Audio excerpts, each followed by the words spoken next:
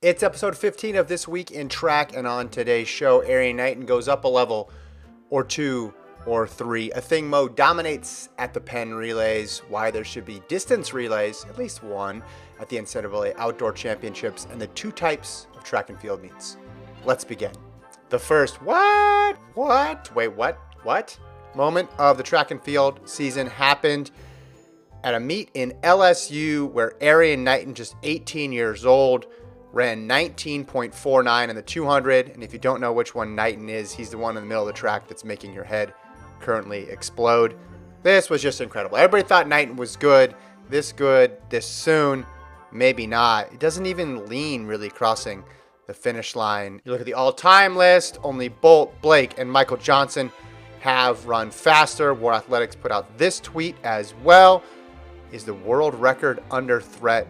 Erriyon Knighton versus Usain Bolt. Ever since Usain Bolt became Usain Bolt, the question always was, who's the next Usain Bolt? Because people can't help themselves. And sometimes it was people who were professional sprinters. Sometimes it was 7-year-olds. Sometimes, most times, often, it got ridiculous. Someone would post a video of their kid running quickly to a mailbox, and there would be an article about it on the internet. But all that craziness aside, all that hyperbole aside, we need to remember that at some point in the future, there will be somebody who runs as quickly as Usain Bolt.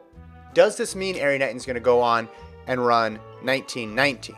It doesn't. This might end up being the fastest time of his career. And if it does, it's a pretty sensational career to be number 4 all time between those legends. Somebody, someday, will run faster than Usain Bolt.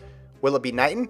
I don't know. Nobody knows for sure. But for the first time, that comparison actually feels appropriate because of how fast he's run and because he's only 18 years old. Let's go to the Penn relays now, where Athing Mu is in the marquee race of the weekend, the women's 600. And hey, look, we found a race that's even less fair for the competition. We know she's good in the 4, we know she's good in the 8, and they put on this 600, and the result was exactly what you'd expect. She didn't run the world record, 4th fastest time ever going away, but Athing Mu pulling away in the back half of the race. Stop me if you've heard that one before. But the Penn relays are mostly about relays, and this year it was a particularly impressive group on the collegiate distance side of things. We saw an all-time battle between NC State women and Arkansas women in the 4x1500 that led to both teams absolutely smashing the collegiate record, going back and forth, toe-to-toe, all the way to the line. On the men's side of things, Ole Miss and Texas put impressive performances down to win their races, and it just made me think there was so much energy, so much excitement. Why does this have to end at the Penn relays?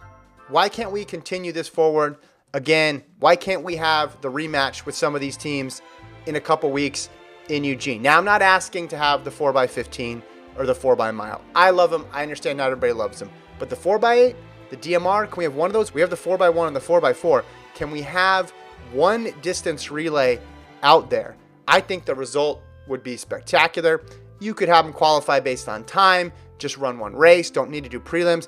But I want to see Ole Miss versus Texas on the men's side. I want to see a rematch between NC State and Arkansas and throw the BYU women in there at full strength. I want to see celebrations involving a water bottle like this, where most sports would do champagne, but we're throwing water because we're track and field athletes. I want that emotion and energy at the Outdoor Championships.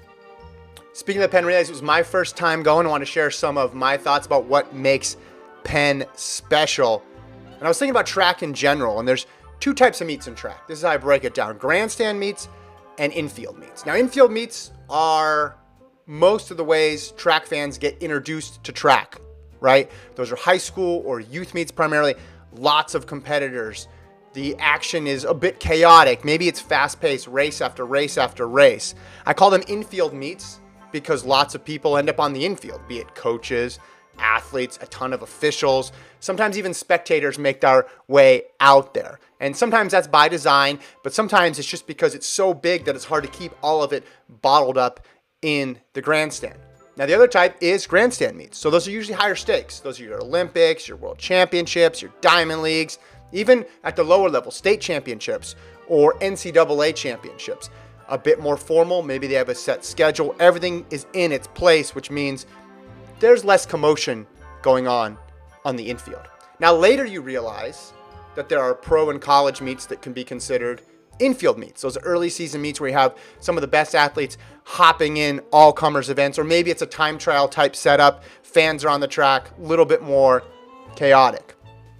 Break it down this way. Meet officials yell at infield meets, and at grandstand meets, they ask.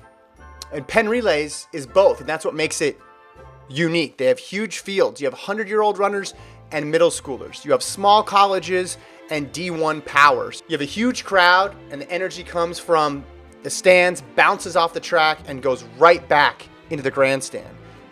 It's fast, it's fun, a little bit chaotic. Officials are in suit and ties.